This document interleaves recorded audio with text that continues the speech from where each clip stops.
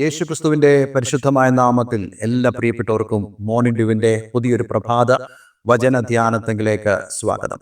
വളരെ അനുഗ്രഹിക്കപ്പെട്ട ആത്മീക ചിന്തയിലൂടെ നമുക്ക് കടന്നുപോകാൻ തക്കോണം ദൈവം നമ്മെ സഹായിക്കുന്നല്ലോ.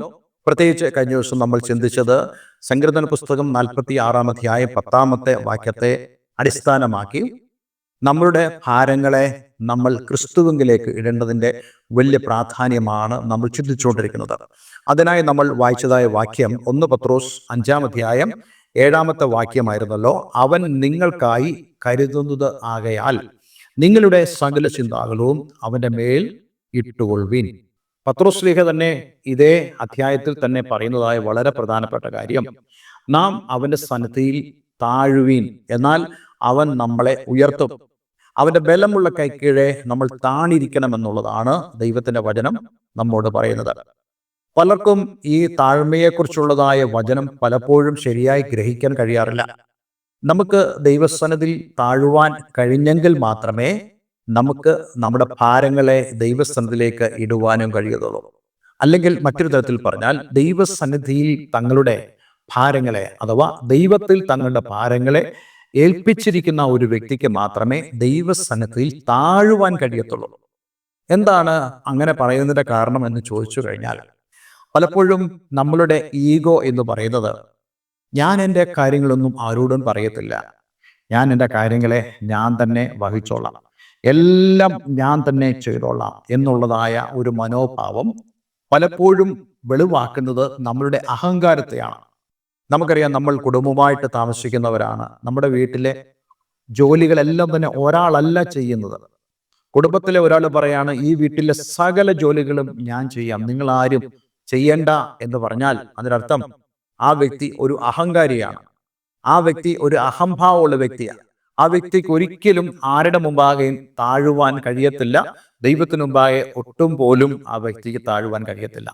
അതേസമയം തന്നെ നമ്മളെല്ലാവരും ഷെയർ ചെയ്തുകൊണ്ട് പങ്കാളിത്തത്തോടുകൂടെ ജോലികൾ ചെയ്യുന്നെങ്കിൽ, അല്ലെങ്കിൽ ഞാൻ ഇന്ന് ചെയ്യുന്നതായ ജോലി അടുത്ത ദിവസം മറ്റൊരാളെ ഏൽപ്പിക്കുന്നെങ്കിൽ അതിനർത്ഥം എനിക്ക് ആ കാര്യത്തിൽ താഴ്മയുണ്ട് എന്നുള്ളതാണ്. ഞാൻ ഈ പറയുന്ന കാര്യങ്ങൾ നിങ്ങൾ ഒരുപക്ഷെ മുമ്പ് ചിന്തിച്ചിട്ടുണ്ടോ എന്ന് എനിക്കറിയില്ല. പക്ഷേ ഇവിടെ ഒരു ആത്മീക അർത്ഥം വളരെ വ്യക്തമായിട്ടുണ്ട്. പല ആളുകളും ഇന്ന് തങ്ങളുടെ ഭാരങ്ങളെ ദൈവസന്നിധിയിൽ ഇടാറില്ല. മറിച്ച് അവർ തങ്ങളുടെ ഭാരങ്ങളെ മറ്റുള്ളവരോട് പറഞ്ഞ് അവർ തന്നെ ഭാരങ്ങളെ വഹിക്കുവാൻ ശ്രമിക്കുന്നതായ അനുഭവങ്ങളാണ്. ഇപ്പോൾ ഇന്ന് ഞാൻ ചിന്തിക്കുന്നതായ എൻ്റെതായിട്ടുള്ള ചില ഭാരങ്ങളുണ്ട്. ഞാൻ ആ ഭാരങ്ങളെ കർത്താവിലേക്കാണ് പൂർണ്ണമായി ഇട്ടിരിക്കുന്നത്. അതുകൊണ്ട് എനിക്കിന്ന് വളരെ ധൈര്യമായി പറയാൻ സാധിക്കും, ഇന്ന് ഞാൻ വഹിക്കേണ്ട ഭാരങ്ങൾ അത് മുഴുവനും ഞാൻ കർത്താവിൻ്റെ കയ്യിലാണ് കൊടുത്തിരിക്കുന്നത്. കർത്താവിലേക്ക് ഈ വിഷയങ്ങളെ കൊടുത്തു കഴിയുമ്പോൾ, എൻ്റെ ഈ ഭാരമുള്ള വിഷയങ്ങളെ എൻ്റെ മനസ്സ് ഓർമ്മിപ്പിക്കുമ്പോൾ ഞാൻ ചിന്തിക്കുന്നത് ആ വിഷയങ്ങൾ കൈവശം വെച്ചിരിക്കുന്ന കർത്താവിനെ ആയിരിക്കും. അങ്ങനെയല്ലേ നമ്മൾ ചിന്തിക്കുന്നത്? ഇപ്പോൾ നമ്മുടെ കയ്യിൽ ധാരാളം പണം ഉണ്ടെന്നിരിക്കട്ടെ, ഒരു 10,000 രൂപയെന്ന് നിങ്ങൾ കൂട്ടിക്കോ. ഞാൻ ആ 10,000 രൂപ മറ്റൊരു വ്യക്തിയുടെ കയ്യിൽ കൊടുത്തിട്ട് ഞാൻ ഇങ്ങനെ പറഞ്ഞു, ബ്രദറെ, എനിക്ക് ഇത് വഹിക്കാനുള്ള കഴിവില്ല, എനിക്കിത് സൂക്ഷിക്കാൻ അറിയില്ല, അതുകൊണ്ട് നിങ്ങൾ ദയവായി ഈ പണം സൂക്ഷിച്ചാലും. എനിക്ക് ഒരു സാമ്പത്തിക ബുദ്ധിമുട്ട് കടന്നു വരുമ്പോൾ, അല്ലെങ്കിൽ എന്തെങ്കിലും പേയ്മെന്റ് ചെയ്യാൻ ഉള്ളപ്പോൾ ഞാൻ ഓർക്കുന്നതായ മുഖം, ഞാൻ ആരുടെ കയ്യിലാണോ ഈ പണം കൊടുത്തത് അവരെ കുറിച്ചുള്ള ഓർമ്മയായിരിക്കും.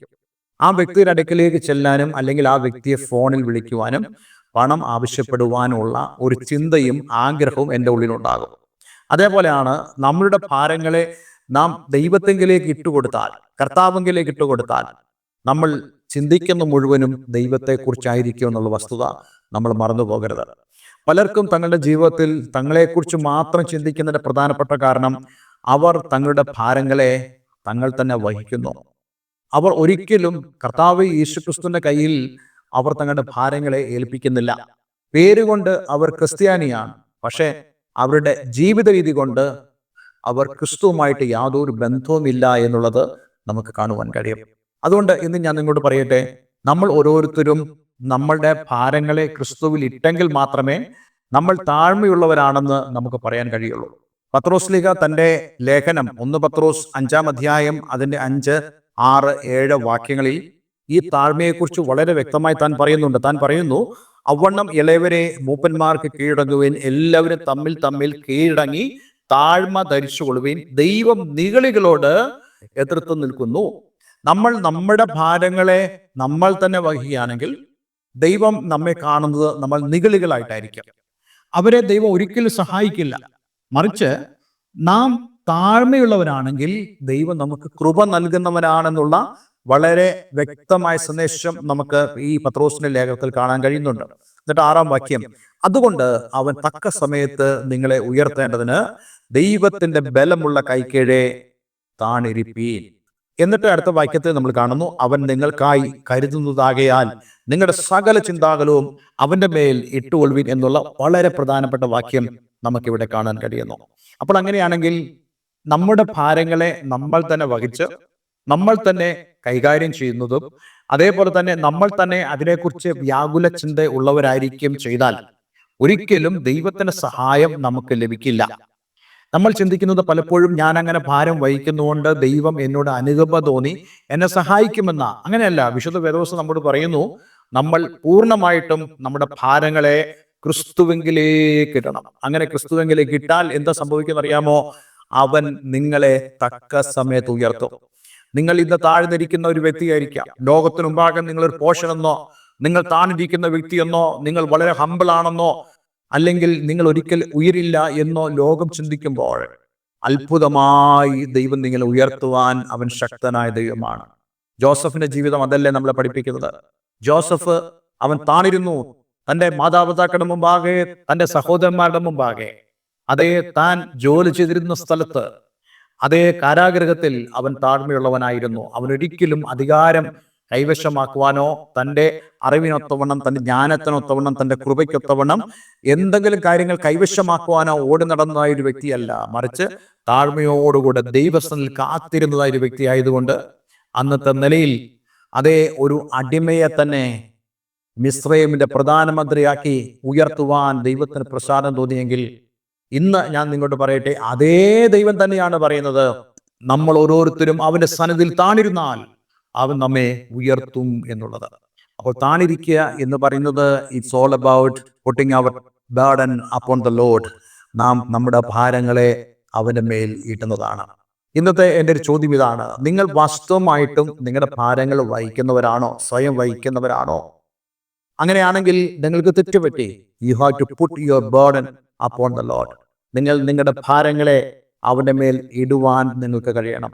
ഇന്നലെ നമ്മൾ ചിന്തിച്ചതുപോലെ പ്രാർത്ഥനയുടെയും വിശ്വാസത്തിന്റെയും 2 കരങ്ങളാൽ, പ്രാർത്ഥന എന്ന കൈയാൽ, വിശ്വാസം എന്ന കൈയാൽ, അതേ ഈ ഭാരങ്ങളെ പിടിച്ചുകൊണ്ട് ക്രിസ്തുവെങ്കിലേക്ക് ഇടുവാൻ, അതേ കർത്താവിന് നമ്മുടെ ഭാരങ്ങളെ വഹിക്കുവാൻ ഏൽപ്പിച്ചു കൊടുക്കുവാൻ, അതേപോലെ തന്നെ ഈ ഭാരങ്ങളെ ഡിസോൾവ് ചെയ്യുവാൻ, ഈ ഭാരങ്ങളെ സ്തോത്രം ദൈവം നമ്മളിൽ നിന്നും മാറ്റിയെടുക്കുവാൻ, നമ്മൾ ഏതൊരു വിഷയത്തിലാണോ ഭാരപ്പെടുന്നത് ആ വിഷയത്തിൽ ദൈവത്തിന്റെ മഹത്വം, ദൈവത്തിന്റെ പ്രവൃത്തി നമ്മളിൽ വെളിപ്പെടുത്തുവാൻ നമ്മൾ ദൈവസ്ഥലിൽ ഏൽപ്പിച്ചു കൊടുത്താൽ തീർച്ചയായിട്ടും ഇന്ന് ഞാൻ നിങ്ങളോട് ഒരു ദൂതായി പറയാൻ ആഗ്രഹിക്കുന്നു. നിങ്ങളുടെ ജീവിതം കർത്താവിനാൽ അനുഗ്രഹിക്കപ്പെടുകയും കർത്താവിന് വേണ്ടി നിങ്ങൾക്ക് പ്രയോജനപ്പെടുവാനും കഴിയുമെന്ന് ദൈവത്തിന്റെ പരിശുദ്ധാത്മാവ് നമ്മളോട് ആവശ്യപ്പെടുകയാണ്. അതെ, ഈ വചനത്തിനു മുമ്പാകെ നമുക്ക് നമ്മെ ഇന്ന് സമർപ്പിക്കാം, ഒരു വാക്ക് പ്രാർത്ഥിക്കാം. സ്വർഗീയ പിതാവേ, എന്ന് ഞങ്ങളെ കേൾപ്പിച്ച വളരെ മനോഹരമായ സന്ദേശത്തിനായി സ്തോത്രം. ഈ വചനം കേൾക്കുന്ന ഏവരെയും ഞാൻ യേശുവിന്റെ നാമത്തിൽ അനുഗ്രഹിക്കുന്നു. കർത്താവെ, ഞങ്ങൾ വാസ്തവമായിട്ട് ഞങ്ങളുടെ ഭാരങ്ങളെ കർത്താവിലേക്ക് ഇട്ട്, അതേ കർത്താവെ, പ്രാർത്ഥന എന്ന ആ കൈയാലും വിശ്വാസം എന്ന കൈയാൽ ഞങ്ങൾ ഞങ്ങളുടെ ഭാരങ്ങളെ ക്രിസ്തുവെങ്കിലേക്കിട്ട് ജയകരമായ ജീവിതം നയിപ്പാൻ നീ ഞങ്ങളെ സഹായിക്കണമെന്ന് പ്രാർത്ഥിക്കുന്നു. പ്രാർത്ഥന കേട്ടതിനാൽ നന്ദി, യേശു ക്രിസ്തുവിൻ നാമത്തിൽ തന്നെ. ആമേൻ, ആമേൻ. ഇന്നത്തെ വേദവചനം നിങ്ങളുടെ ഓരോരുത്തരും ജീവിതത്തിൽ വളരെ അനുഗ്രഹപ്രദമായി തീർന്നു എന്ന് ഞാൻ വിശ്വസിക്കുന്നു. തീർച്ചയായിട്ടും ഈ സ്ക്രീനിൽ കാണുന്ന ഫോൺ നമ്പറുകളിൽ നിങ്ങൾക്ക് ഞങ്ങളെ വിളിക്കാവുന്നതാണ്. ആത്മീയമായ കൂട്ടായ്മയ്ക്ക് നിങ്ങൾ ആഗ്രഹിക്കുന്നുണ്ടെങ്കിൽ അതിനും നിങ്ങൾക്ക് സാധിക്കും. അതിനായി നിങ്ങൾക്ക് ഈ ഫോൺ നമ്പറിൽ വിളിക്കാം. എല്ലാവരും ദൈവം അനുഗ്രഹിക്കട്ടെ. Have A nice day. God bless you all.